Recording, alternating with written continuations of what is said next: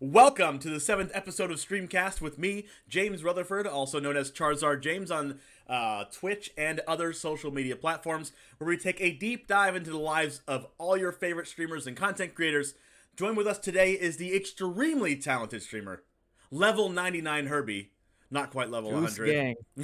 What is going on, Goose Gang? Take a second to introduce yourself. Hey, what's going on? I'm Herbie. I usually stream MTG, but I kind of go delve into like variety. You know, I do some like YouTube stuff. I've been doing some survival horror, and games that really kind of just make me want to punch a hole through my monitor like Flappy Birds. So I go into all over the place, but I mainly do MTG. So. I think if I played marbles, I would slap myself in the face and throw myself through the TV or the computer. Marbles is fun, yeah. It's a great way to, like, I don't know, get the chat involved, Yeah, for sure. I saw one of your marble streams and I watched it for like 15-20 minutes, and it was a good idea to get your chat involved into playing with you and stuff. But it's just so metagame. It's so way over my head. I could never play marbles. I'm pretty sure it's just too hard for me. I mean, it's just luck of the draw, really. I mean, it's just variance. You just, I mean, the thing is, like, I've always like kind of like thought about like how to get the chat more involved and like try to figure out how to like I don't know, just to like make the chat feel like they have something to contribute to the stream. And marbles just seem like a fun thing to do. Yeah, for sure. Like, yeah. I do some things like that too. Like when I open packs on Arena, I do a prediction. And is the card going to be CMC 4 or greater or CMC 3 or fewer?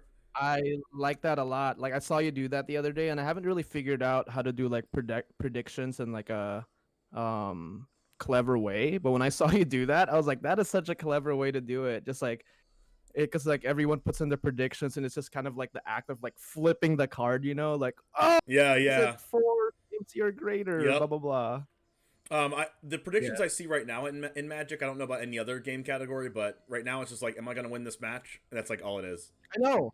Exactly. It's like so much of that, and it's just like I think there's probably definitely more creative ways to do it, and I think you kind of opened my eyes to it, like adding some stakes to it.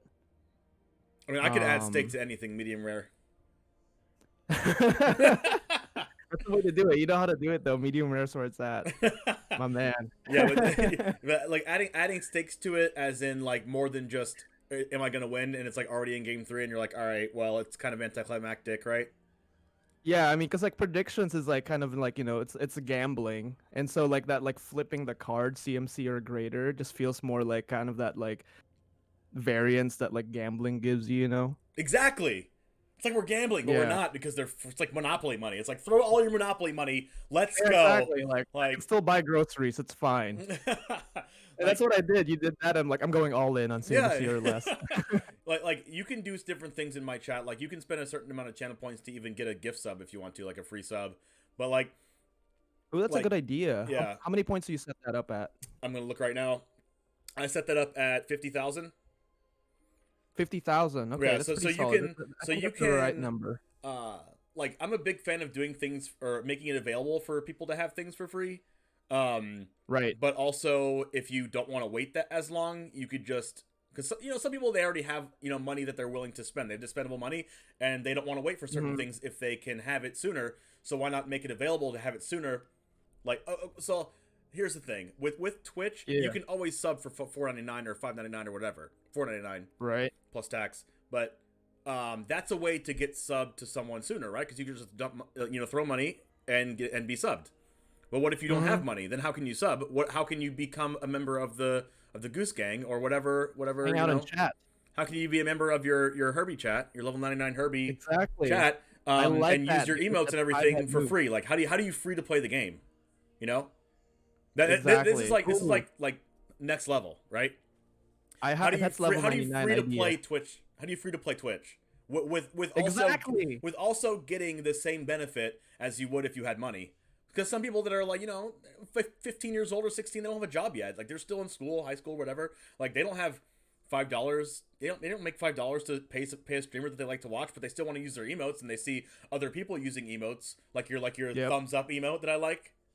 Um, Yeah. yeah, like they see people You doing gotta make that. your emotes good, so they want to subscribe for sure. Yeah, they want to subscribe. Maybe you have something in your Discord where if you're subscribed, you get special nights. Like for me, I do on Mhm. Tuesdays and Thursday nights, 10:30 p.m. Eastern is for like an hour and a half. I just go over people's decks and talk to people, like get to know them. Like we turn our videos on, whoever has video, and just like get to know my Yeah. subs, right?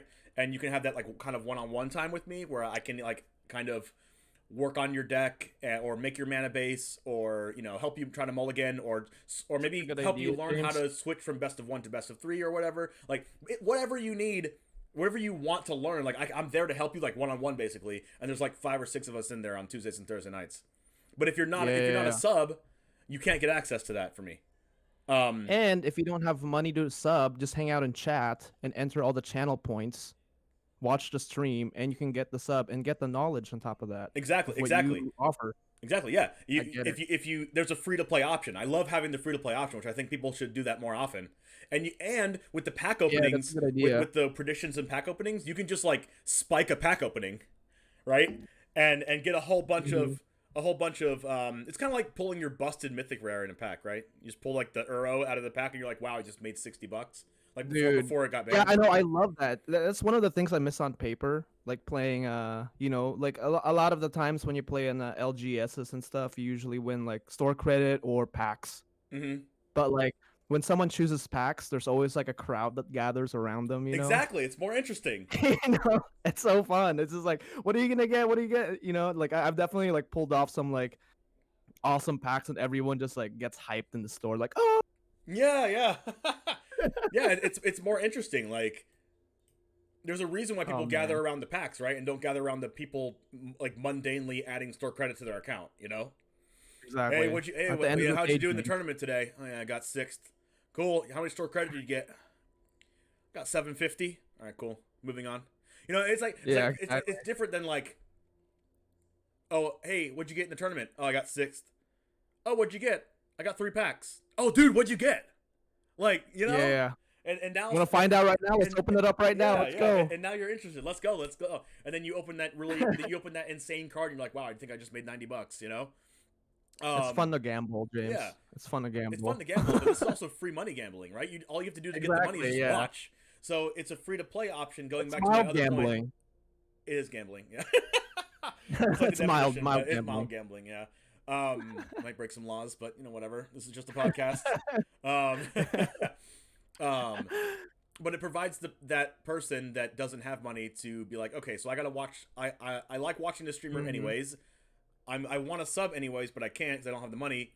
I can just spike a pack opening or watch for this much time and get 50,000 channel points. Rare candies is what I call them because I'm Charizard James, because Charizard's the best Pokemon. Don't at me.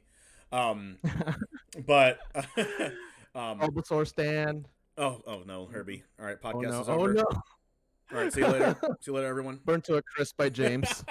Burnt to a crisp by the flamethrower. Fried tomato. Fire blast. But you can get gifted a sub. Yes, it's 1 month, but I personally gift you a sub if you get 50,000 points, and you also get to hang out for the whole month, 4 weeks in a row of 2 sub only nights a week, Tuesdays and Thursdays, and you get all the emotes for a month. So that's it's just a really good free to play option there. So that's what I like. And also, if you give them a taste of like maybe what like the kind of services you provide as a sub, maybe that'll make them want to like keep subbing afterwards, because they were like, oh shoot, I learned so many, getting these like next level plays with Charizard James, that like maybe it's like now they see the value of subbing. Yeah, and it's more personal too in the Discord. It's more it's like just me, them, and like a few other people, So they really get to, like the other night on Tuesday night we did a sub only night, and there was like 6 people in there. Yeah. And a couple of them were my mods, and they're there all the time, which I'm very grateful for them. And like 3 of them were not mods, And there's the same group of people that kind of come every time, which is insane. It's like my core people, like when your core like 5 people are, when they're always there when you're there. Like you have a sub only night, they're there in the Discord, and and I basically took turns with all of them. There were like one person was saying, oh hey, can I show you this deck, and can you work up my mana base? So I worked out a mana base for like 20 something minutes, and I was like, this is how many blue sources you need, black sources you need. And one person was like, I really want to transition from best of 1 into best of 3. I don't really know how to sideboard though. Right. But can you help me build this deck for best of 3? And that's something that I can't do on stream. Like I can do it on stream, but not for individual people all the time. You know what I mean? It would take up the whole stream time pretty much. Yeah, like say goodbye to the actual stream and just help everyone. Like, which I'm excited. Which I would do that. And we have community nights and things that we do that. I said doo. Cut. All right, cut that from the podcast. But anyway, you were asking also about what other things I offer for my rare candies channel points is 20,000 points for me to play your deck. You just send me a deck and I play whatever deck you want me to play. Yeah. I love the channel points, dude. At the end of the day, like it just gives like more influence for the chat to have more influence on the stream, really. Like yeah, like they can ask you to do things with it. I mean, I think that's like a really good move on Twitch. I don't know when the channel point started, but I'm a big fan. Oh yeah, big fan. And then you have the play a best of 3 match with me, which is 15,000 points. When we get to 25 every 25 sub interval, we have a community night, and during the community nights we do buy one get one free subs. So every time someone subs, even if it's a gift sub, I personally gift that many subs back. Which is a pretty cool train that ends up happening, where it's just like I never stop gifting subs. Yeah. Because like it's good for everyone. People get to be a part of the Goose Gang, and I get to get more people a part of the Goose Gang. But it's like it's like a really cool thing where everyone's kind of hype, and it kind of gives an opportunity to do that. And it gets kind of out of hand though when someone gifts like 20 subs or something like that, and then I gift 20 subs, and it's like holy crap. Oh damn. Yeah, it's serious. Oh my God. I know. Yeah. So, I like it though, because like gifting subs just gets the chat so hyped, you know? It does, but it's not even just about the hype, but it is hype. Yeah, it's hype. It just brings up the energy. Like getting the hype train is like, I don't know, it's an insane experience. I've only gotten a few times. Same. But like, yeah, just these people just being like, because it's people choosing to like make someone's day at the end of the day, right? Like, I mean, you can obviously like consume this content for free. You don't have to pay anything, but if you do decide to like, give back, like, I don't know, this kind of like chain reaction of just like, and you see how like happy it makes a streamer. Yeah. It's just like and you do it in a genuine way. Like it's just like it gets it all hype. Level 99, you know. Hey, level 99, let's go. Nice. So yeah, going back to the channel points thing there as well, or the community nights. That is the time where on that one day on every community night, yeah, I spend the whole entire stream playing against people. So yeah, I think that's important. Yeah, like it's 15,000 channel points to play a best of 3 match with me at any time. But on community nights, you can play against me whenever you want, and I have a queue that you can add yourself to the queue, and then I just go next, and keep playing against everyone the whole night. And I think it's a really cool. It's like really cool, and it's also like really rewarding for people to like go. Like you get to be on my stream, you get to show off whatever deck you want to show off, you get to play whatever you want. I think it's really important. I mean, that's what's so cool about Twitch as like an entertainment medium is that like people that are watching can interact with you, right? They have influence over the media that they're consuming. Oh yeah, for sure. And yeah. I mean, I think that's cool too. Like, I mean, I don't really do much about like, I don't know, MTG kind of like, related, kind of connectivity with the stream. But my version of that is doing like the YouTube, react stuff. I love that. Where I get people in the Discord. It's kind of like I treat it like karaoke almost, where people can put in their videos in my YouTube channel on my Discord, and then we just watch YouTube together. I do like 1 or 2 like YouTube days with just like the regulars, not just the subs, but just like everyone that usually hangs out, and they're usually the ones that come by anyways. Yeah. So. What is the craziest video you've seen? Oh man, dude, we watched this crazy video in New Year's where this guy like There's like videos of people just like consuming a crazy amount of like alcohol, like Okay. yeah, like this is Chinese dude that like makes a cocktail out of like, I don't know, like 5 32 ounces beers, and then puts all this liquor in it, and he's just like this like Chinese dude, and he eats like horse meat before it to like I don't know, I guess just get more fat content Is before there he chugs it. something we don't know about? Is there like some next level game that we don't know of? I don't know what it is, but like when you go into YouTube holes, you just end up in these like little things. I was just like, what the hell? How is this person even? But this is kind of like the same. That's what I was thinking when I was like watching this video. I was like, how is this person not in the hospital right now? And he's like totally talking to the video just like normal. It's like, yep, I did it. Subscribe and like. And I'm like, What? how are you still speaking right now? And then they get like 3 million likes, and you're like, oh god. Yeah, I'm just adding to the statistics. I'm just like, holy crap, that's Yeah. insane. Jeez. So I guess that is a crazy video. We watched me and Strider did like a YouTube thing yesterday, and we watched a bunch of weird. If you subscribe to the TLC channel on YouTube, they have a bunch of weird clips that you can watch. But they have the My Strange Addiction category there, and that's just full of like weird stuff. Like there's like a guy that like got married with his imaginary friend. We watched that. Um I don't know, just weird stuff like Get that. There's so married to much the weird stuff imaginary on the friend? internet.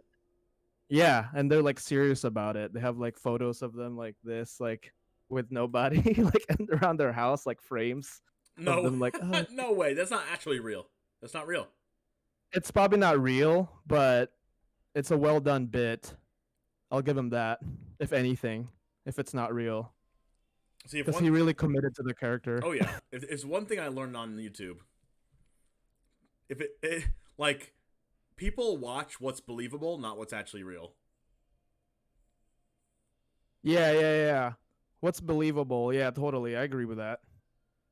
Like that's how you can get away with posting an entire video. It has to be well done though, and you have to be like the best at it, but that's how you can get away with being like I married my imaginary friend, and then it's just like this awesome video, and it like keeps you captivated the entire time, and then you realize it's not real.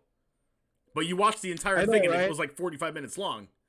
But like, because you're like, you watched the whole it. time it's just like blowing your mind. Yeah, It's like blowing my mind. You're just like spending 45 minutes like putting yourself into a mind coma, like just watching this thing. What is the? But it's like Go ahead. that's what people like, though. I mean, people love absurdity on the internet. Like they love seeing, Chef Ramsay just like yell at people in the kitchen. Like they just love, I don't know, absurd characters. Have you seen? It doesn't even matter Have you seen those fake or Gordon real. Ramsay TikToks about him reacting to people making food? Oh my god, did he start doing TikToks doing that? No, He's I have huge not on seen TikTok. Really? Yeah, he does like react videos on TikTok. People post videos like Gordon Ramsay, check this, and they make this like brisket, but it's like the most disgusting brisket you've ever seen, and like they like poke holes in all over it and stuff, and they like stuff it with crap, and cook it on like it's just they're done cooking it, it's like completely raw. It's just like people are just sending him some crazy stuff, and there's just videos of him reacting to it, and it's hilarious. But I mean, I could watch that for hours and not even notice time went by. I can relate, dude. I can relate, especially like on social media. There's so many people that like create such bad food and post about it. Like there's this Instagram called Boys Who Can Cook. Really? And it's just a bunch of like ridiculous like food like that. This is like like corn dogs, lasagna, or something like that. Just like corn dog lasagna. Like, yeah, Give me a weird break. Stuff like that. Low key though, that kind of sounds kind of good though. That kind of sounds kind of good.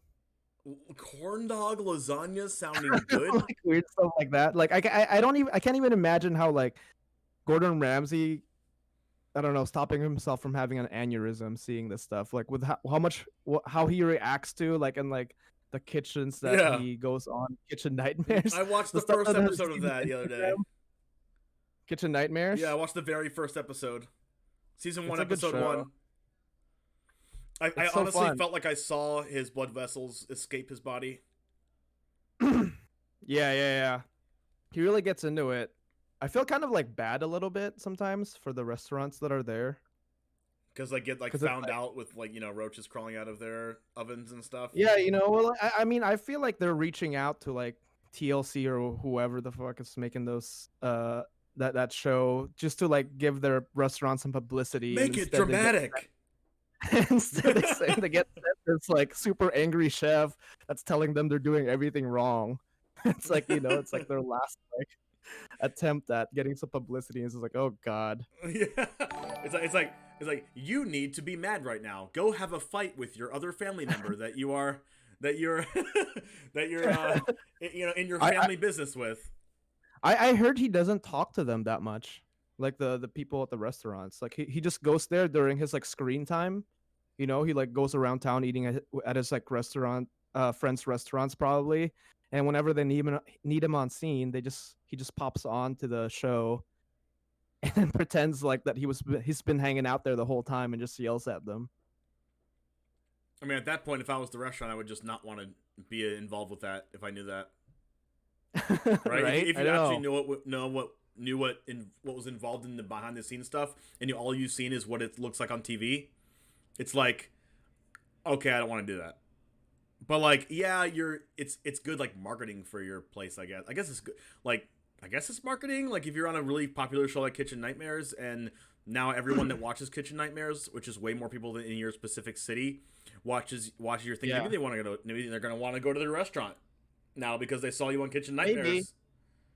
Like, yeah. Maybe that's one of the things that drives people to be on that show, even if they don't like. Even if Chef Gordon Ramsay is only on the show for like an hour total, like talking to you, and all he does is yell at you, and then they film it, and then they're done, and then Chef Ramsay's at a baseball game somewhere or something. I don't know.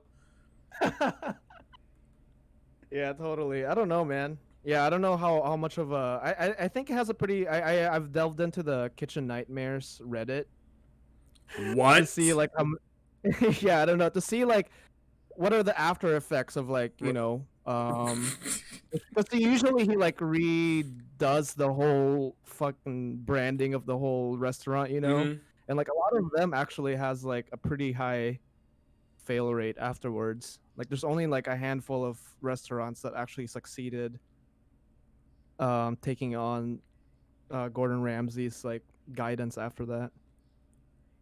Yeah, I mean, Yeah. if you look at it from Gordon Ramsay's point of view, probably if anybody succeeds after he's there, he's happy, right? He's not looking to help to like if one, like, I know from streaming too that if I help like one person like be a better Magic player or something, or I know I helped Little Pink Robin reach Mythic for the first time like a couple months ago. Yeah. Regular in my streams. Like I feel like I'm accomplished that I helped one person. Yeah, totally. No, that's a good feel. I mean, like Magic is a hard game, dude. Super hard. It really is. There's so many like, and it's like a game that was like invented in like what, the early '90s or something. Yeah, It's like kind of 90, like like 80. outdated. Like, I'm pretty sure it started in '89. Cards didn't really like start spiking and seeing like a lot of play and then getting really popular till like '91 or Yeah. '92 or something like that. I mean, I don't know the exact Man, dates, but it was a long time ago. Like it's at a least hard it's like game. 30 years It's a ago. hard game to learn. Well, actually, here's what I think about that. It's a Yeah. hard game. It's an easy game to learn, but it's a hard game to Right. master. To master. Yep. Now, I agree. there's other games that are the opposite. Really hard to learn, but fairly easy to master. And one of those games is Yeah, Yu-Gi-Oh. yeah. Yu-Gi-Oh is extremely hard to learn competitively. Extremely I've hard. never tried playing Yu-Gi-Oh, but every time I've watched like footage of Yu-Gi-Oh players playing, it just sounds like they're reading a book. 'Cause Like they're they just are. like going off. It's like Cosima, but every card. Cosima. Wait, what's Cosima again? The new blue card, the 3-mana blue card that has a book on the front and a book on the back with like the Omen Keel that came out in the new Oh my set God. all time. Yeah, what the hell? Yeah, What the it's just like you have to hell read is that card. that? You have to read that card 4 times to actually understand what it does, and you still you don't even get it still. But like there's Yu-Gi-Oh cards that are the same way, but it's so hard to like get any good at the game at all on a competitive sense. Yeah. Like you can't even be mediocre at the game unless you try really hard and learn a lot of stuff. You can be mediocre at Magic like in your first week of playing it, but you can't like you are just a scrub for years in Yu-Gi-Oh. Like when you first start, if you don't have any Yu-Gi-Oh experience. But once you do get to that level and maybe start hanging out with people that are really good at it, and it's fairly easy to master once you learn it all. So it took me a very, very, very, very long time to learn how to be really good at Yu-Gi-Oh. But once I top 8 tournaments all the time. I have I don't know, like over 10 tournament top 8s in Yu-Gi-Oh. Damn, really? Yeah. But I can tell you that Magic is easier to get into, easier to like be mediocre at, and very, very, very hard to master. Is there big money in Yu-Gi-Oh? No. In the Yu-Gi-Oh scene tournaments? No, there isn't. Negative. Yeah. You lose money every time. I was on a team. I was on a team. I traveled around in tournaments, and I'll tell you right now that you can, if you didn't write a book, or if you don't stream on Twitch, like, or if you don't like do anything else other than playing Yu-Gi-Oh, you lose money. Yeah. You cannot make a living playing Yu-Gi-Oh. It's actually impossible. Is there a Yu-Gi-Oh online game at all? Yeah, it's not like on a downloadable thing like Arena is. It's Right, more. Yeah. It's an internet website called Dueling Book. Yeah. And also there's a downloadable one on your phone called Duel Links, but it's like not really Yu-Gi-Oh. It doesn't have the entire scope of things you can do with Yu-Gi-Oh. But you can like you don't have the whole board. You don't have the whole field to work with. You only get like a certain number of field zones. But it's Yu-Gi-Oh, but it's kind of like nerfed Yu-Gi-Oh in a way. But like real Yu-Gi-Oh is an eternal format. It's like all vintage, and there's a huge ban list. And there's no standard in Yu-Gi-Oh. No, it's just one whole big eternal format with a ban list. Oh, gotcha. Yeah. So, did you ever play Yu-Gi-Oh at all? When you were I didn't play Yu-Gi-Oh at all. Pretty much just Magic, really. I started playing Magic when I was like 8 years old. And you're level 99 now. So how many levels is that per year? Like 20, let's say 10 levels a year, something like that. Yeah, something like that. I'm 33 now, so. No way. Dude, yeah. You're not I'm 33. Yeah, 33. You're 33 minus like 10? It's hard to believe, right? Because I'm Asian. Ah, that's what it is. Are you Filipino? Yeah, I'm Filipino. How did I know? I have no idea.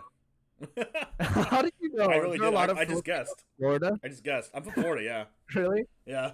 Yeah, we kind of look like, I don't know. It's weird because we kind of look like.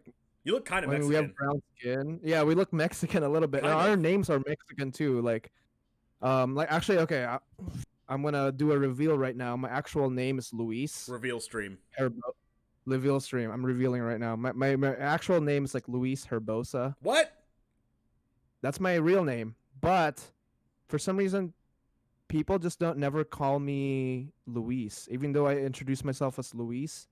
They start calling me by my last name, Herbosa. Why? And this started in high school. I don't know why. For some reason, Luis just never caught fire in my social circles. It was always Herbosa, and then eventually people just started calling me Herbie.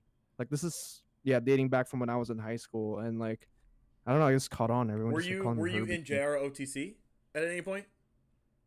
Wait, what? Were you in ROTC at any point? Yeah. ROTC? Yeah, ROTC, the military classes in high school? No. Okay, well they call everyone by their last name in military classes in high school, at least when I went. I don't know. I went to a normal high school and everyone just gravitated toward my last name. Last name Herbosa. You know why? Because it's really fun to say. Herbosa. I think that's what it is. It's just Herbosa. Fun to say. Like, no one likes to say Luis. Yeah. It's like herbs. Yeah. I call you Herbster in chat sometimes. Yeah. There's so many like things too, like names you can make with herbs. Like there's herbs. I've been called Herbie Meister, Herbaceous. I called you Herbmeister once, I think. Yeah, there's just like I don't know. People love playing around with the word herb, I guess. Yeah, no one's gonna say "What's up, Luis Meister." Luisa. Who's doing that? Like no one's gonna go Luis Meister. Yeah, it just never really. Louiebster. So. Louiebster. Oh no. We start. Oh Oh my no. god, dude. I'm offended. What have we Ugh. started? Oh no. Don't start that, please. Stick with a herb. Echo Global says, coming from Yu-Gi-Oh, I've only been playing Magic for 6 months and I've hit Mythic 3 times in top 200 this month. See what I'm talking about? Like you can do Good it for fairly you. easy. Like if you have a background in card games, you can Yeah. or you know how to like you're a problem solver, critical thinker. Like you can put two and two together on certain cards sometimes and just like be decent at Magic. But it's really, really hard to master. Like play well in competitive tournaments and everything, just like extremely hard. In Yu-Gi-Oh, it's just the opposite. It's just the opposite. I know, dude. Like we have such a curse that we like tackled content creation with CCGs because they must be the most like they're just not accessible as like a Twitch viewer, to go into it not knowing what like Magic is or like whatever. It's so hard to like to know what's going on with like Magic or Yu-Gi-Oh probably. And it depends. I guess it depends on who you hang out with. Like, if you hang out with people that are always up to date with all the new tournaments coming out, and like someone's just like has an eye on MTG Melee like a hawk and checking every tournament result, like people do that. But if you don't have friends that do that, you'll never know. Because if you have friends that check those things all the time and are like eyeing it every day, you'll know those things because they'll talk to you about it. I think it's just like totally. who you hang out with, who you talk to. Yeah, the gathering Magic, the gathering part of Magic is definitely a helpful inclusion thing to get into. Yeah. Yeah, you're like, man, I should really get into that. And that's that. what makes it a lot more fun. I should start doing that. Like, I should get into that side of Magic. Wait, it is the gathering, right? Oh. I never thought that was a next level. Like I'm gonna be real. When I first started playing like Magic tournaments, it was a lonely road. Like I was the only one that was doing it. Like none of my friends were really into it. And then I just started entering like local tournaments in my neighborhood, like for draft and stuff, and I had no idea what I was doing. No idea what I was doing. I don't think I won a single game till like a single match till like maybe like 3 drafts in. Like I did one draft, didn't win a single match, did another draft, didn't win a single match. Oh no. And then finally started winning after that. But like I finally found some friends that like got into Magic and they just made it so much more fun because like you kind of like feed off all this there's just too much Magic information out there.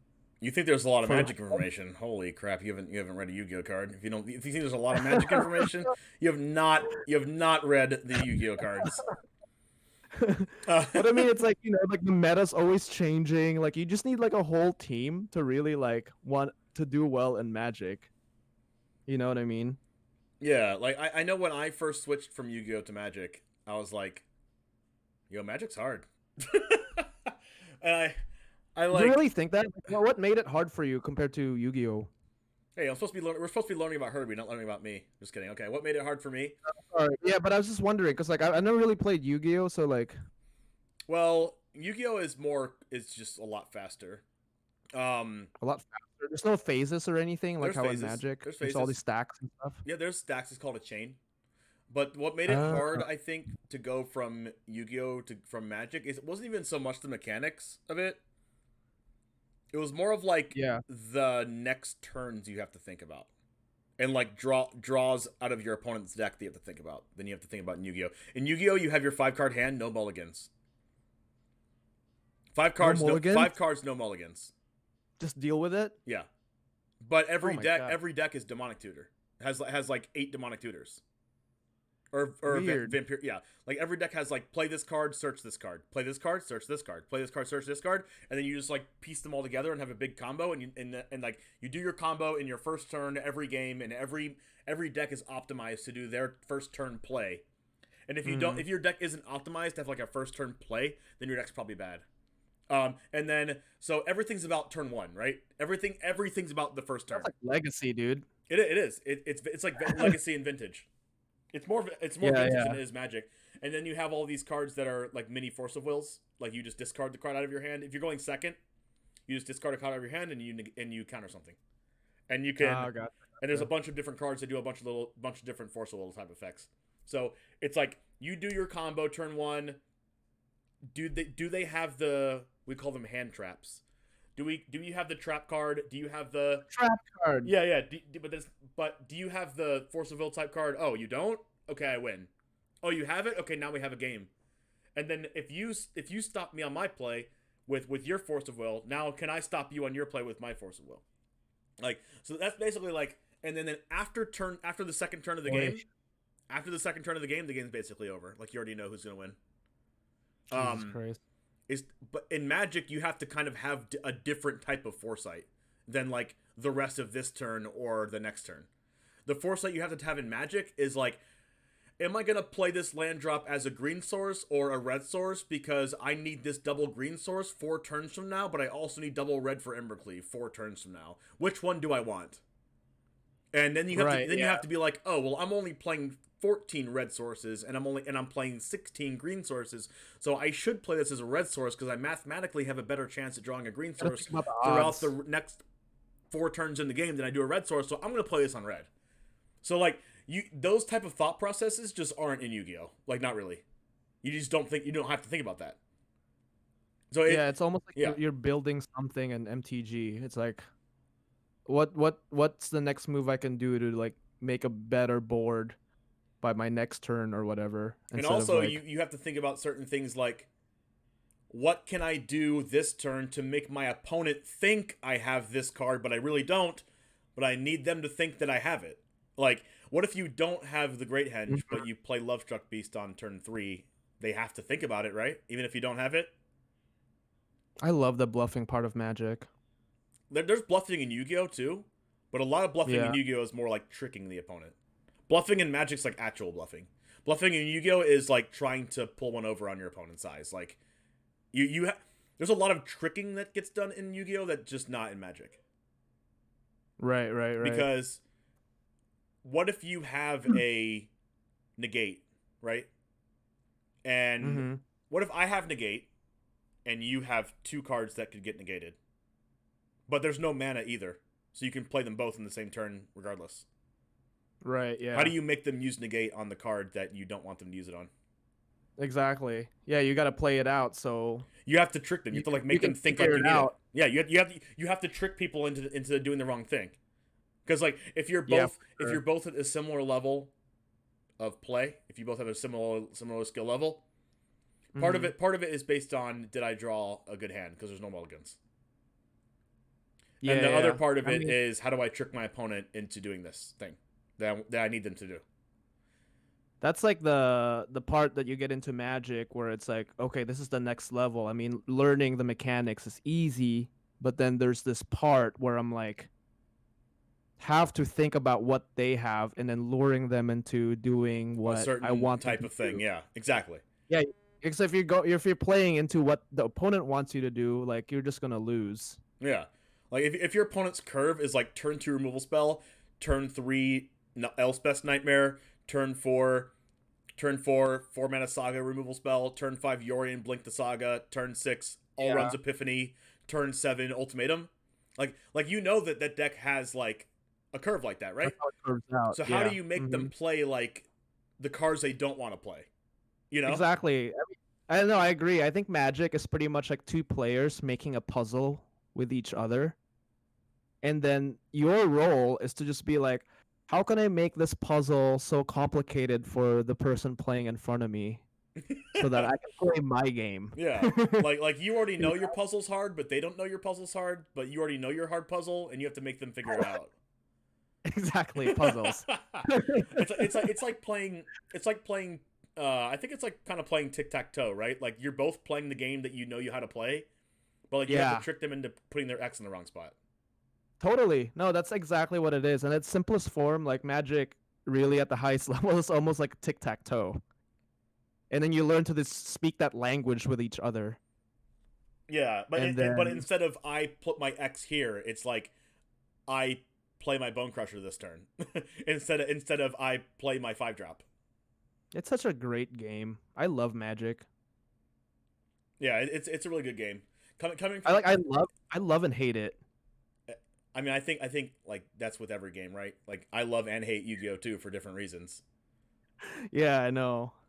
It's just like, mean, How did you protect the game. how did you first get, like, you said how you got into Magic, like you got into it when, your friends weren't really into it? Like, how did you get into it in the first place? You just saw a pack on the ground at Walmart and opened it? Dude, no. I got into Magic when I was pretty young. You should have Like said I was yes, 8. but you should have said Like yes. I got You got into Magic when you were 8. Go ahead. yes. No, I got into Magic like really early on. Like I got into it when I was living in the Philippines actually.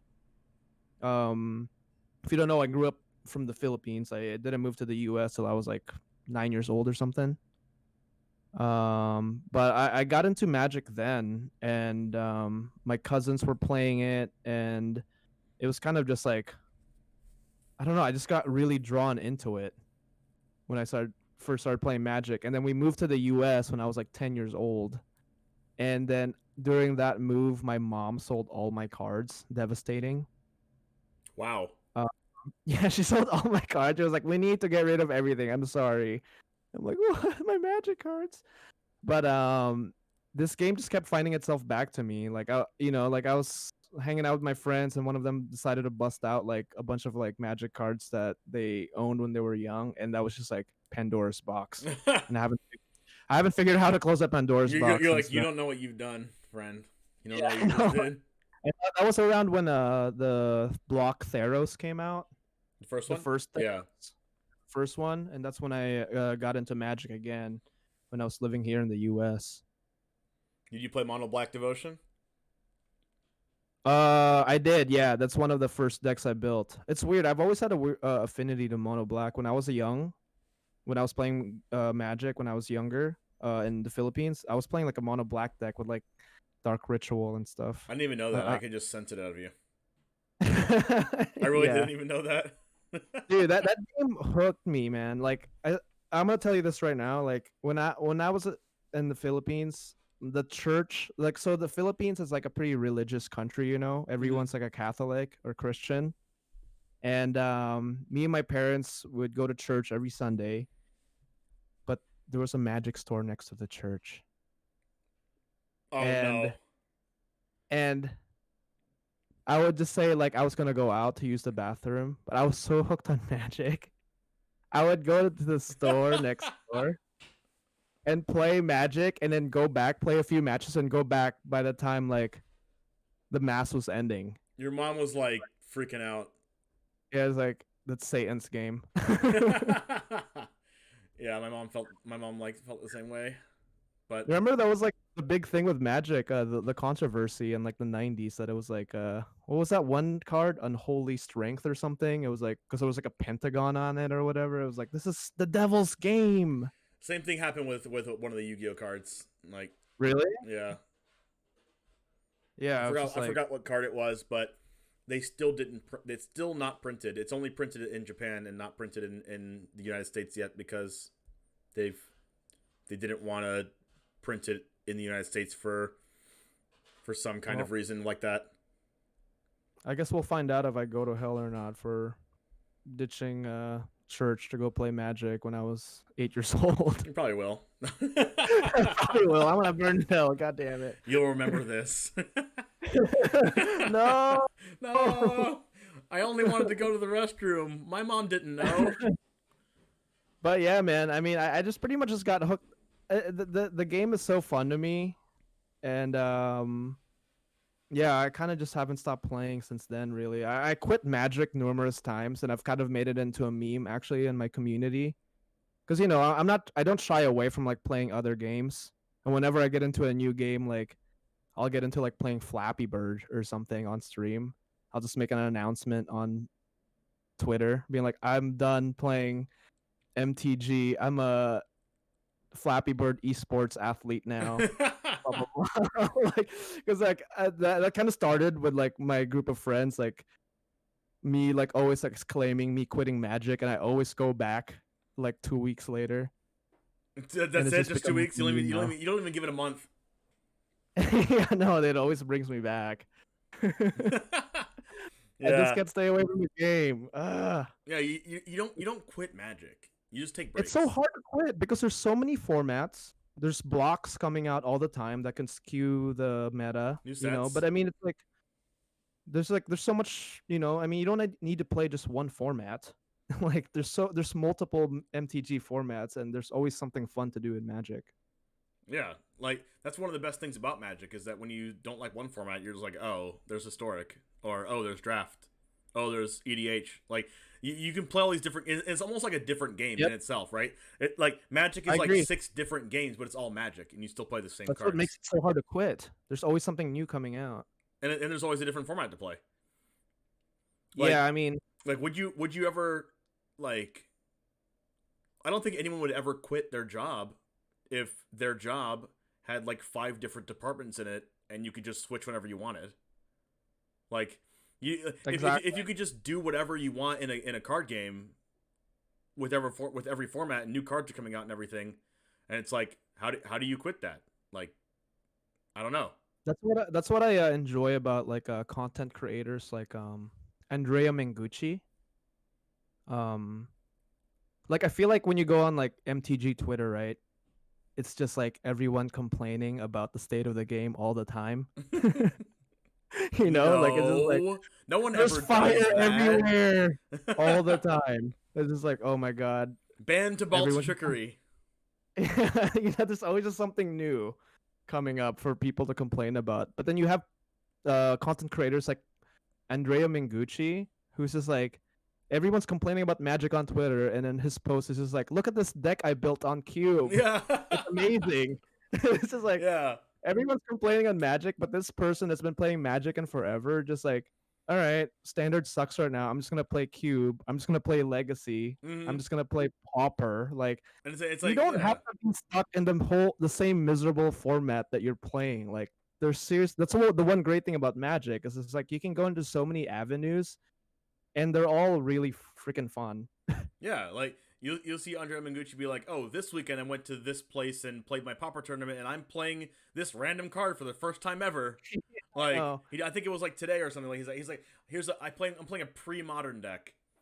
I'm playing this card for the first time ever. I've never cast it. I'm gonna cast it today. And it's like we're in the middle of all of Twitter talking about how bad formats are, and how Earl's getting banned, and everyone's talking about Tibalt's trickery and all this kind of stuff.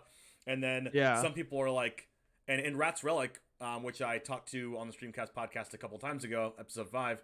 Yeah. He's like, we're cubing today, like, because he always cubes and drafts and stuff, and he's great at it. And it's like this whole other side of the universe that you could just be on and just not contribute to what you don't want to contribute to, or don't play what you don't want to play. Like, why would you complain? You hear so many people complain about like certain formats. Are they still playing that format? If you don't like it, don't play it. Move on to something else. Yeah, don't play it. Just like come back when you are interested in it again. You can still play Magic. Yeah, exactly. That's why for me, like in like the content that I make, I kind of just hop around. Like whatever's like the most fun to me is what I want to play. Because and Flappy Birds makes it on that list. Well, that's a whole different category. Oh, that's completely different. Yeah, that's when I'm not playing Magic. If I'm playing Magic, that I want to be just like having fun as much as possible with whatever I do, because I feel like you can kind of tell when people's not having fun playing Magic. You know what I mean? Mm-hmm. And it's just like it's not fun to watch. Yeah, not really. When you can tell someone's not having fun, like the one thing that I took from streamers like Andrea Mengucci, like it's so fun to watch him because you can tell that he's having fun. Playing the game that he loves, and I think that's like so important as far as like streaming goes. And I don't know, I mean, that's why I like go around too. Like, I mean, if all of MTG isn't fun for me, like I'll just go into like playing like a survival horror game. Like I think like having fun is good content. And also in the same subject of Flappy Birds, I think it's also like really fun to watch your streamer. What am I about to hear? Suffer.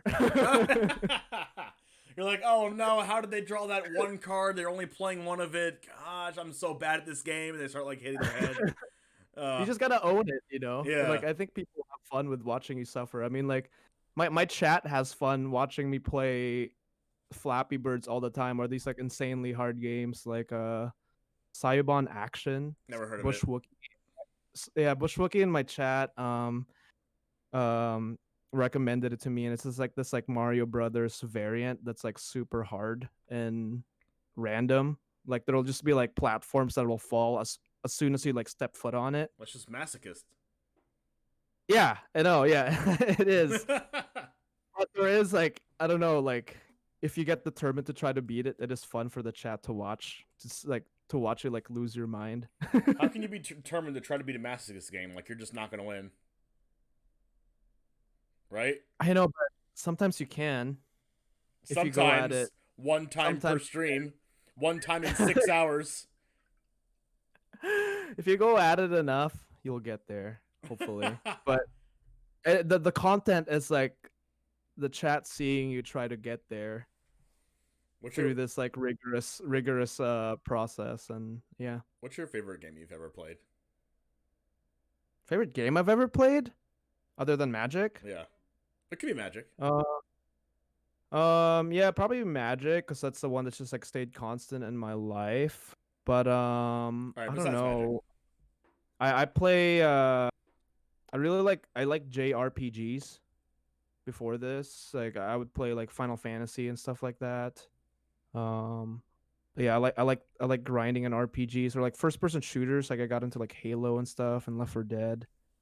I don't know. I that's why I play anything, because it's like I just love video games. Yeah, so you heard it right here from Herbie, episode 7 of StreamCast Podcast. What's your favorite game? He says everything. Everything. First person shooters, RPGs, card games. What do you not like? Final Fantasies. What do I not like? Great question. Racing games are kind of boring, I guess. Oh, racing games. I got into a racing game once on the GameCube, but then again, I was like 15 years old. I'm down to go into anything, really, honestly. Like yeah, like my content isn't completely married to MTG. I'm like totally open to going into shooters or survival horror. Survival's horror is like a really fun thing to stream because you're fucking scared the whole time, and then you just like yell like you know, like you just got. That's kind of how I feel like playing. What's that game? Playing The Last of Us. It's not supposed to be a scary game, but I really have you played Last of Us? I haven't played it really, but I've seen streams. So there's I these know, like mutant zombies in the game, and right, like yeah, I'm not usually scared of zombies. Like I've played like Black Ops Zombies and all this kind of stuff, and whatever, I don't care. But like, there's something about that game where it's just like when I see a zombie, I just get freaked out because they just come up on you, and they follow you around and stuff, and they're really difficult to beat. So after a while, I just like, and you have to go into this subway, and it's like super dark, and there's no train moving, and it's like you have to swim in the water, and then there's all these zombies in the water, and it's like freaking me out. So I just like didn't want to play that game anymore. I feel you. I mean, I started playing like honestly when I first started streaming, I started streaming Resident Evil. And it was the new one that came out. I think it was like Resident Evil. What was it? The one that you're in the mansion. I think it's Resident Evil 9. Is that a thing? I think that's what it is. But it's like it's kind of like Devil's Rejects, where you're in this house with like this crazy family that's just like chasing after you pretty much. Like they're just like cannibals and stuff like that, and you can't kill them or anything. And so the whole game, you're just running away from them the whole game. Jaybird says 7. 7. That's 7. You're just running away from them the whole game, and then it's just really stressful. And I don't know, it's hard to keep playing it because I want to play games to relax, and then you play like a survival horror game, and while it's like entertaining for like the chat, it's also super stressful because it's like your primal instincts of like being on guard just goes up, you know. You can't really help it. But then you're streaming at the same time, so you're like, so it's just like brain aneurysm level. Yeah, like, exactly. You're streaming, but you're also scared out of your mind, and there's also people watching you, and you have to think about all this stuff. That's funny. It's overwhelming because you're just like, oh my god, wait, where is it? And then they're just like laughing at you for like being scared at that one point. It's just like, oh my god, this is awful. Quality content right there. It is, man. Good. Honestly, like, I don't know, like, yeah, you should either be having fun or like putting yourself into a dire situation on stream, and I think that makes good content, to be honest. Yeah, it does for sure. Yeah. Why did you want to start streaming? Why did I want to start streaming? I don't know. Like I just well, I started like making like YouTube videos for my group of friends and stuff. Like we watched like when I first got into MTG, the only like MTG content I would really get, or I think that was really only around at that time, which was like Channel Fireball videos and stuff. And so I just started doing that, like, because I was like, oh, that seems kind of cool. Like maybe I can film me doing that, like for my friends and stuff. And I seriously, when I first started streaming or like recording me playing games, Magic, especially, like I was using a freaking uh, tablet, the Microsoft Surface, Wow. and I would record myself playing Magic doing that, and then like it was a tablet, it was so loud you could hear it, like when you're recording the videos you could just hear like the freaking tablet's like about to set on fire. It's like Like you're it was playing just Arena on your phone. Your tablet's melting in your hands. yeah, but I kind of just enjoyed like doing that. But I don't know, I've just kind of like always enjoyed like entertaining people, really. And it's kind of like the um approach I try to take in Twitch and stuff. Like before this, I was doing stand-up comedy around Portland. I was just kind of like going into like the open mic scene and stuff like that. But obviously the virus happened and then you couldn't do that anymore. Mm-hmm. And my hardware wasn't up to date though. So we got the stimulus check, and then I was like, you know what? I'm just gonna use a stimulus check to like get a good PC Yeah. to like stream because I want to try it out. So I got the stimulus check, put it back right straight into the economy, got a gaming PC, and just started going, you know. And then yeah, I don't know. It's just always been like fun for me to really entertain people, and yeah, now I'm doing it, I guess. I guess. That's awesome. That's awesome. What is like one of the major things you learned from like when you first started streaming, like the day you press go live until now? Um, I've kind of, I don't know, like when I first went live, like I knew the one thing that I needed to do was to just to try to get like comfortable with the camera pointed at me. Mm-hmm. So I kept that pretty simple. Like I didn't really like let the numbers bother me or anything. Like I knew from day one I wanted to start streaming, like act like I'm streaming for like, you know, 100 people, the same as like 0 people. Same. Like the main thing was just like get in front of the camera, get comfortable in front of the camera, and then everything else will come from there. So my hardware was pretty whack. Like I had, for the longest time I didn't even have a second monitor. Like I was using another iPad to look at chat for the longest time when I first started streaming, and then it's just me like talking to myself for like Hours on end. 5 hours or Yeah. whatever. You want to know some inside scoop on my streams? What? I don't have a second monitor. Are you serious? Mm-hmm. How are you doing this, James? Determination. Wait, where do you look at chat then? I pop it out of the streamer dashboard of the Twitch dashboard. Ah, okay, gotcha. Yeah, that's what I was doing for the longest time. Like I would do it off my phone or like an iPad. Oh, dude, I have my phone open too. Yeah. I've just done No, this since day one or day like 3.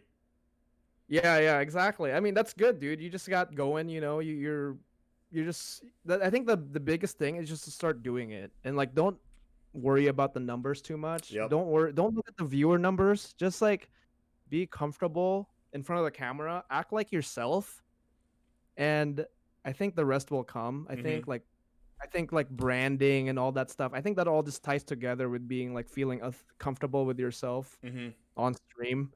You know what I mean? Yeah. Like if you're Um, on stream and you're just like awkward and you never talk because like if people people can aren't talking to tell. me, how am I supposed to talk to them? Like Just Yeah. talk to yourself. Like keep the main thing is just keep talking and get started. If you're thinking about starting tomorrow, you should just start today. If you're thinking about streaming. Yeah, In I general. agree. I agree. Just start doing it. I mean, the main thing is just like to start, yeah, getting comfortable Do you know how I in spoke? front Do of you know how I spoke to my chat on the first day of my stream? how? By typing in my chat. No way, you don't have a mic? Nope. Really? Yep. Yeah. I mean, I also didn't have a webcam. They couldn't see me either. I you just don't typed in have chat. a webcam? No, I didn't. And I then think that's good day though, two. James. I mean, Huh? Go ahead. I like this about you that you just did it. Yeah. Because I think the biggest thing is like people just don't get it started. I mean, people think about like, I need this, I need this, I need to think of like how I'm gonna act. Was like nothing is gonna get you prepared to stream until you just start doing it. Like you Mhm. really can't get it's just gonna happen naturally, and you just gotta keep doing it every day until you know you get comfortable with it, and everything else will come. Yeah, for sure. Yeah. Day one, no mic, no webcam. I spoke to my chat, which was only one person. It was like my best friend and my dad. um, I just spoke. I did that too. I spoke to them in my chat. And then day two, I just made constant improvements, like improve my stream every day. Day two, I did a little overlay thing. I had no overlay either, by the way. I did a little overlay Yeah. thing, and then like maybe added one little thing, and I made it so people could hear me. That was a big thing. And then and I have a work from home job, and Nice. my headset was my work headset. I didn't Oh have, my God. Yeah, I Respect it. unplugged it from my work computer and just like plugged it into my computer real quick, and that was my headset for like 3 months. I'm not kidding. Yeah, I'm not. Yeah, from August until December, it was my headset, and it's like February now, so like the past couple months have been this headset. Yeah. So it was my work headset for the longest time, and then so I finally was able to good. talk to chat like with my own voice, and then I didn't even get a webcam until I was already affiliate.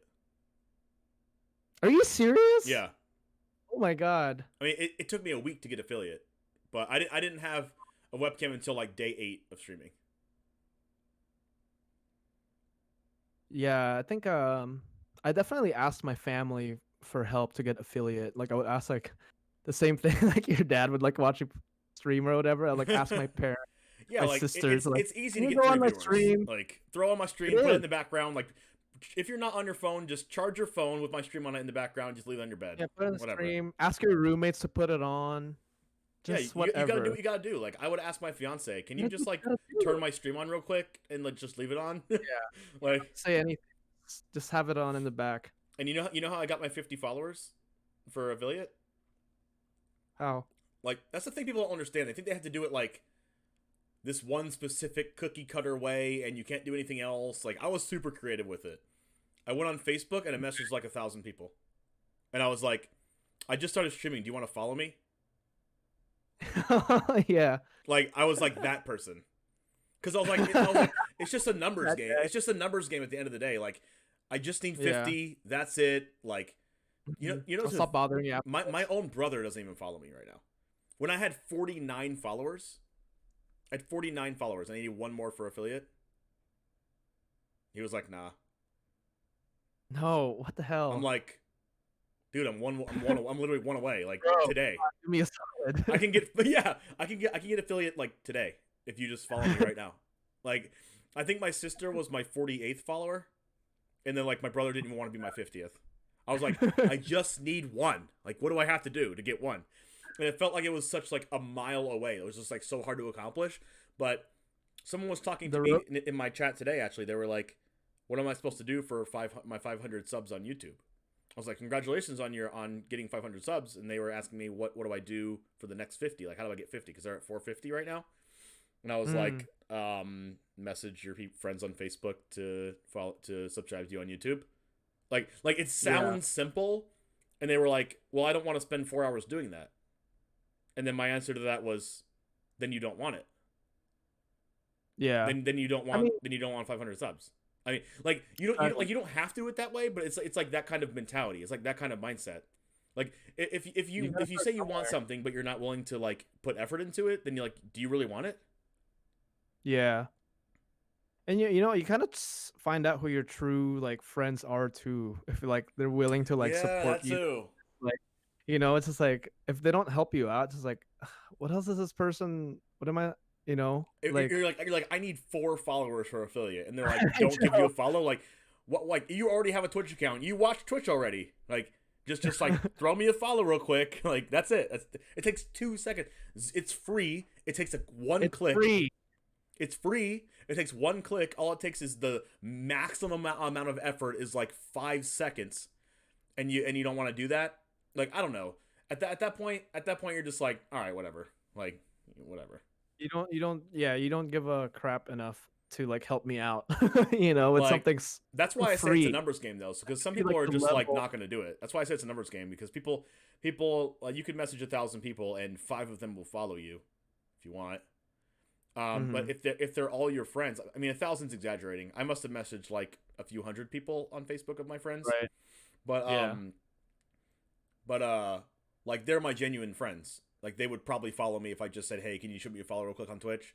I don't mean like going up to like your 6th grade English teacher and say, "Hey, can you follow me on Twitch?" Like that's Oh probably not yeah, gonna. totally. Yeah, like why would you haven't seen them in 20 years? Like come on, they're not your actual friend. Like what I said, I mean like, hey, you're my friend. Like we've known each other for this long. Like shoot me a follow. Like I only have Hmm. to get to this many followers until I hit affiliate. When I hit affiliate, you can unfollow me. I don't care. Unfollow me. But like this is just a milestone kind of thing. It's But literally free. it's yeah, literally free. It's like a YouTube sub. YouTube subs are free. All I have to do Yeah, I is know. all I have to do is see your Fun. face on the left hand side of your screen. That might be too much for them. It's so hard how much you have to work for people to just click a button, honestly. I mean that's that line that I use all the time, like when I'm, like doing shout outs or whatever to people. I'm just like, it's literally free to make the day of this person. Like a follow is like so nice to have. And then it just takes a click of a button. And then I'm not gonna shout them out unless I'm really mean that they're awesome people. Like maybe Hmm. you'll like them as well. Yeah, for sure. Do you have any stream goals right now? What are you looking forward to accomplishing like in 2021? 2021. Well, I'm here in Portland, Oregon right now, and I'm moving to California and LA area in like 2 weeks. Ooh, LA man over here. Oh yeah. You become a movie Mm-hmm. star. Yeah. Gonna go to the comedy store, baby. Uh, Or the candy shop. the candy shop, the rare candies. Gotta get some more rare Yeah, candies so I can go exactly. level. Level up. Uh, no, but my family lives over there. But I think going there, I want to like try to make my whole setup of my room that I'm gonna go into like more for streaming. Like I want to kind of just like up the ridiculousness of, I don't know, like maybe like have some green screen thing going on, and then just like more cooking streams. I want to do some cooking streams. I want to get into like more like outside of like Twitch content creation too, like maybe like writing and stuff like that, Hmm. and YouTube. I need to tackle YouTube a lot more because it's so hard to get discovered in Twitch, as you know. Yep. I think you've listened to one of my other StreamCast podcast episodes, and we talked about that. I believe we talked about that with DZ, and we talked about that with Stratterstone. I'm pretty sure. Right. Yeah, it's so hard. So you just got to do the YouTube thing. So I'd like to like delve more into like other sides of like making content. Like yeah, like I said, like I'm kind of keeping my eye on like maybe like just trying to like write about like decks and stuff more and like start like submitting it to like people who are in charge on like MTG Arena Zone or whatever, whoever Hmm. will take me, Yeah, really. 'Cause I think like I've written an article for yeah. MTGA Zone. Oh, you have? Hmm. Yeah. I think that's smart. I mean, you just yeah, it's so hard to get discovered on Twitch because everything's dictated by how many viewers you have, you know? Yeah, on Twitch, the only discoverability is how long, how many minutes they have scrolling down Twitch to find you. Is basically the discoverability.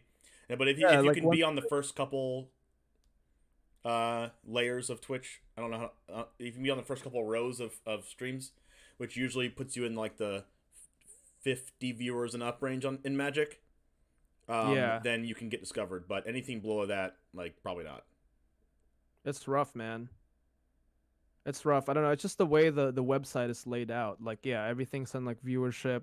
Like everyone that has higher viewership is on top, and then everyone else that's just starting up is all the way on the bottom. And you and I both know no one's gonna scroll all the way down there. Yeah, no So one's gonna scroll down to Twitch Abyss. no way. Yeah, I mean, like, dude, I do just chatting when I do YouTube videos, and it's just like I don't even know how I'm gonna like really like market that to get more viewers because I'm competing in just chatting. I'm competing with so many people. Millions of people. I mean, millions of people Really? like just chatting. Like, dude, if you look at just chatting and like I stream at night too. At night, there's like, I don't know, there's like channels where there's just like babes hanging out in hot tubs on, Yeah. on just chatting now. Like, and it's me watching YouTube, a doofus like me watching YouTube. It's just like, I'm not gonna beat that. Yeah, No like, way. like you have to be better than that, basically. Like Yeah, you exactly. have to be more worth it to watch for people, and whatever that is for you, right? If you like writing, or you like, horse riding, skydiving, like whatever you like to do, Yeah. you like. It could be something crazy, like you like petting weird animals, like whatever you like to do, and you want, Yeah.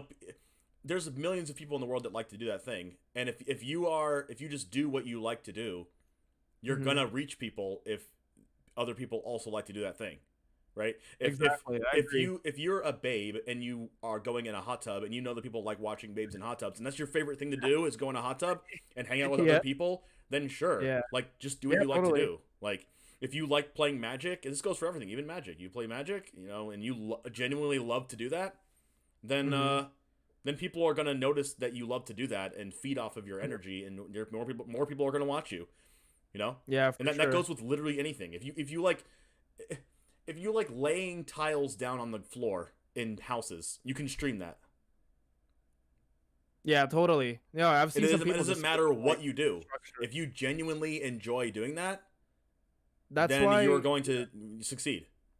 exactly. That's why I put such an emphasis on having fun with whatever you're doing when you're streaming, because that's like the most enjoyable content you can really watch. I feel like if someone's like having fun doing whatever they're doing, like I think like people will just eventually naturally come.